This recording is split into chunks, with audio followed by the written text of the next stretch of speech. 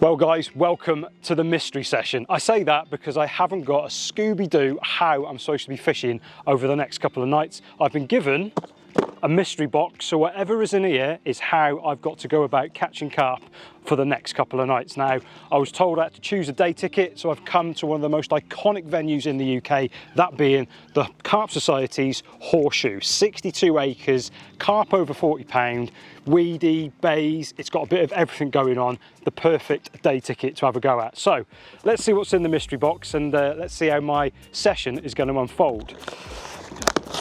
This was been sent by head office at Fox, so looking into it first, right, and the note reads, have faith in the ready and always bet on pink.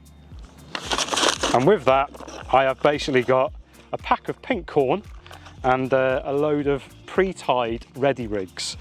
So yeah, that is how we are playing out. That's pretty cool. I've made my own rigs for the past like 25 years. So, and I know that pink is a big talking point on many a podcast. So ready rigs and pink. Let's saddle up and get down there. Barrows loaded. Let's get fishing.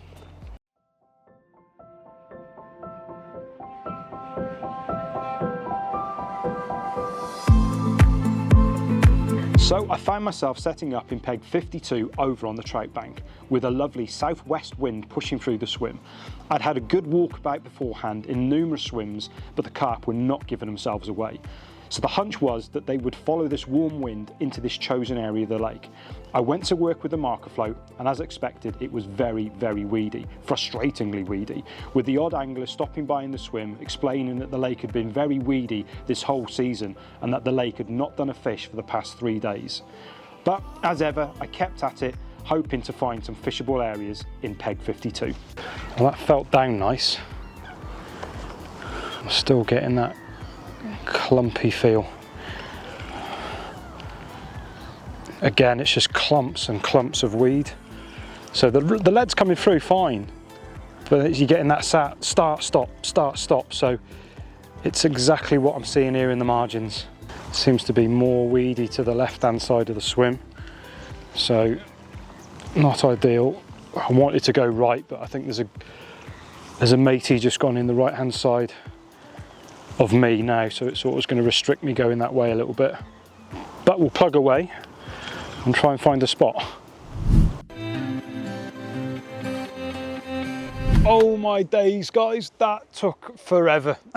It's literally taken me about an hour and a half to find the spot, and that's how, as the minutes tick away, you just get frustrated, don't you? You're like, where's this spot? I'm pretty sure if there was any members watching or regulars, they'd be like, oh, you're in that swim, you'd be fishing at 23 wraps at that tree, and blah, blah, blah. Anyway, we found the spot and it feels great. The drag back I've got is probably about 4.5 foot of what in my mind's eye of nice silt.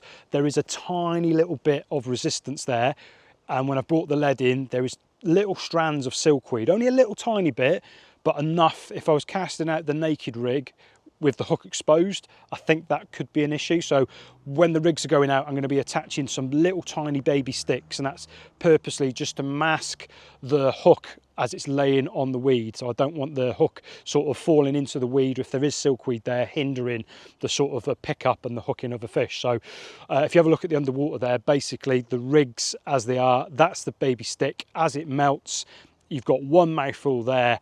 The hook then is protected by the sort of the mix, or the stick mix, if you like. As the fish comes down and picks that up, it's one mouthful in the mouth, and hopefully that's a sort of fish on the bank for us. That's what's going out in my mind's eye. If I was fishing here normally, I'll be on PVA bags, because I would have, an hour ago, I found plenty of areas to present a PVA bag, but not for the rigs that we've been tasked to catch with. But either way, I've got confidence. I've clipped up my spod now at the same range. We're fishing just over 70 yards. So we're going to put some mix in there now. I'll run you through the mix I'm using, and then we'll get onto the rigs and the setup that's going to be going out there onto the spot. Right, again, guys, I'm hoping the sun doesn't sort of blow the picture. It keeps on changing. It's a nightmare filming on your own. Anyways, I hope it's sort of coming out all right. So the mix, here it is here. Now, As ever, this mix, I always prep it before I come out here. I don't see the point in doing it on the bank and bringing all the ingredients and different buckets, prep it all at home. So I've just got to grab one bucket ready to roll. So essentially that is there, a load of live system that I've sort of blended up at home, just a cheap food blender there, chopping it up into all like bits and pieces and a bit of dust. So that sort of is the base of the mix. In there as well, there is some 11mm pellets. I've added some sweet corn. And then to that, once again, my favourite liquid, that being the response cream, a good helping of that, and that forms that mix there. So loads of those going on there. There's whole boilies, chopped boilies, dust, a bit of everything, but a great spod mix and plenty of pulling power in that. So that's what we're going to be firing out there. So again, going to be putting 8 of these out there now, 4 either side, and then we'll get the business rods out there, and that should be us angling for the night ahead. So less waffling, let's go to work.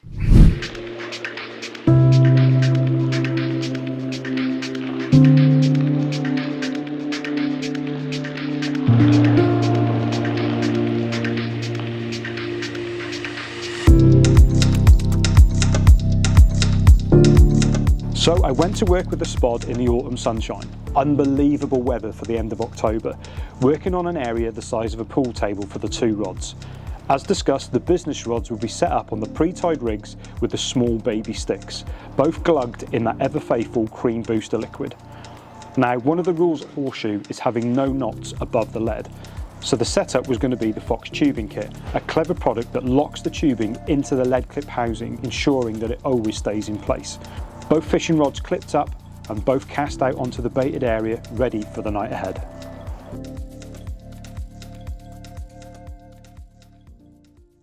Well, finally, we are set up and we're angling. Oh, do you know, it's been one of those days that has just taken forever to set up. You know, you have those sessions where you're just like, why is it taking so long? But either way, we're all happy, the rods are out and we're angling. And yeah, confidence is okay. Feel okay, I really do. But went a little bit gung-ho on the old spoms. I only wanted to put about 8 out, ended up putting about 12, but you know how it is, you're like, oh, just put one just a little bit more to the right and that one a little bit to the left. But either way, and they're only medium spoms, so there's not a load of bait out there, but there's enough to get the party started. Business rods went out nice as well, fluffed one cast. I'll never do it. Oh, I'll never ever do one in one ever. But either way, when they went out, hit the clip nicely, felt down with a donk as well. So I know in my mind's eye, those rigs are laid out, they're presented, they're overbait. We can do no more. We've rolled the dice and we've just got to see what happens. There is an absolutely beautiful sunset going on at the moment. So now I'm all set up and I'm angling, going to sort my life out. The bivvy's an absolute mess, so sort that out, put stuff away, put tea on, kick back and watch the remainder of that sunset as the day drifts away. And we'll see what happens through the night. We'll keep you posted if anything happens. If not, well, I'll catch you in the morning. Far away from here. Far away from here. Yeah, we are.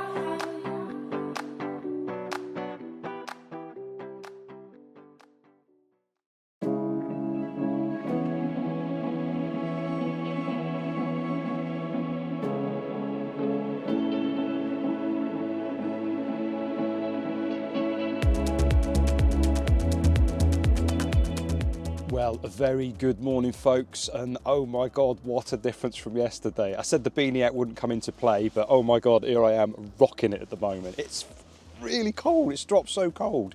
I sort of woke up last night at sort of 3 AM. I just went to sleep in a t-shirt, woke up, I was like, flipping out, I'm freezing. Yeah, there's a proper bite in the air this morning, hence the beanie hat is in motion and the thermal jacket's on as well, proper cold. As I don't know, we are into the late autumn now and there is a nip in the air. Unfortunately, the winter is it's coming in it, it's absolutely coming. But I've just spoken to a guy who's walked past doing a lap. He's spoken to a few anglers up the bank from me. They've had a quiet night as well. I'm not sure what's been out on the other side of the lake, but it seems that on this bank it's been very quiet. So yeah, we're going to see how the rest of the morning plays out. It's just gone 7:30, so in my mind's eye, it's still sort of morning bite time. For me, I always give it till sort of 10 o'clock anyway. and then we'll assess the situation then. I'm not going to put any more bait out. I don't believe the fish have visited those spots. I'm fishing quite a tight line, and I believe if I had fish visiting that area, I would have had a couple of beeps at least as, you know, as they touch the line and stuff, but I've had nothing, so I don't believe I've had any fish in the area that I've targeted. So we're going to see how it plays out, give it a few more hours this morning, and then we'll assess it a little bit later. But for now, a cup of tea and a bacon sarnie, and try and warm myself up a little bit. The rest of the morning played out with no signs, no shows, and a very odd feeling of zero activity across the lake. Something felt very wrong, like the lake was void of fish. Nevertheless, the afternoon arrived and the rods were recast back onto the area and just given a couple of spoms just to ensure I had some sort of bait there, just in case the silvers had been busy. That is the last bobbin clipped on, ready to rock and reel. And we could do no more, guys. We are angling again.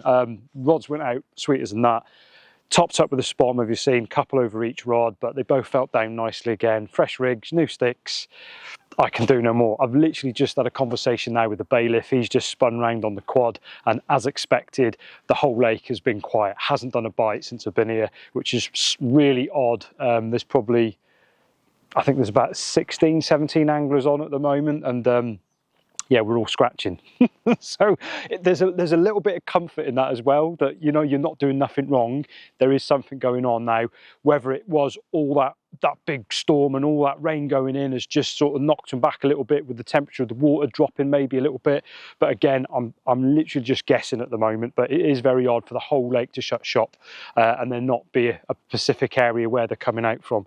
But we can do no more. You know, we've rolled the dice for the duration now, what we got left of the session, and we can just see how it plays out. I tell you, it's gone really dingy and dark and horrible. It's just gone sort of 4:30. You can definitely feel that the nights are drawing in again.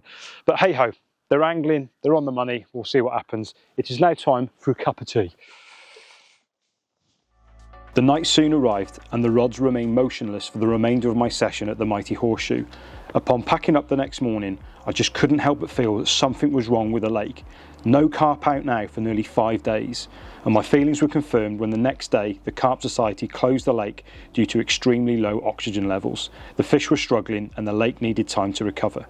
Still wanting to complete the task, the following week I headed over to Linear Fisheries for a 24-hour session.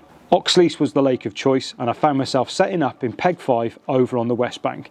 This time I had my trusted sidekick with me for good luck. Henry the Hound was back on the bank with me. Same rigs, same bait. The only change was now I was fishing on gravel, I could shorten the rigs down to 6 inches for a better presentation. The stick mixes were the mini versions, and with the water cooling down I opted to use the fast melt PVA. Spots found at around 65 yards, all rods cast out and all primed ready for the night ahead. And at 3 AM I got my reward.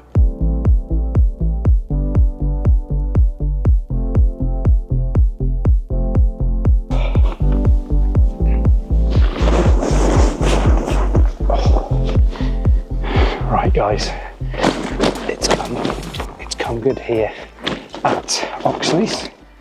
I've got a very, very lively mirror, and I'm hoping he's not splashing the lens. Oh, there we go. Check him out. At 21.5 pounds of Oxlease mirror on those ready rigs. A little bit of pink corn. He's very, very lively, this one. And he's scrapped like hell. He's taken out all my other rods up and down the margin, but I don't care. It's come good. Calm down. Can't wait. Oh, see if he behaves now. There we go. He's an absolute belter, isn't he? 21.5 pound ready rigs and big corn. Buzzed, absolutely buzzed. It's come good. So chuffed. Right, I'm on my toes in the morning, so I'm hoping we might be able to get one more carp greed as set in. So the rods are all back on their money now, so we'll see what happens for the remainder of the trip. But we're off the mark, that's the main thing. Get on the pink!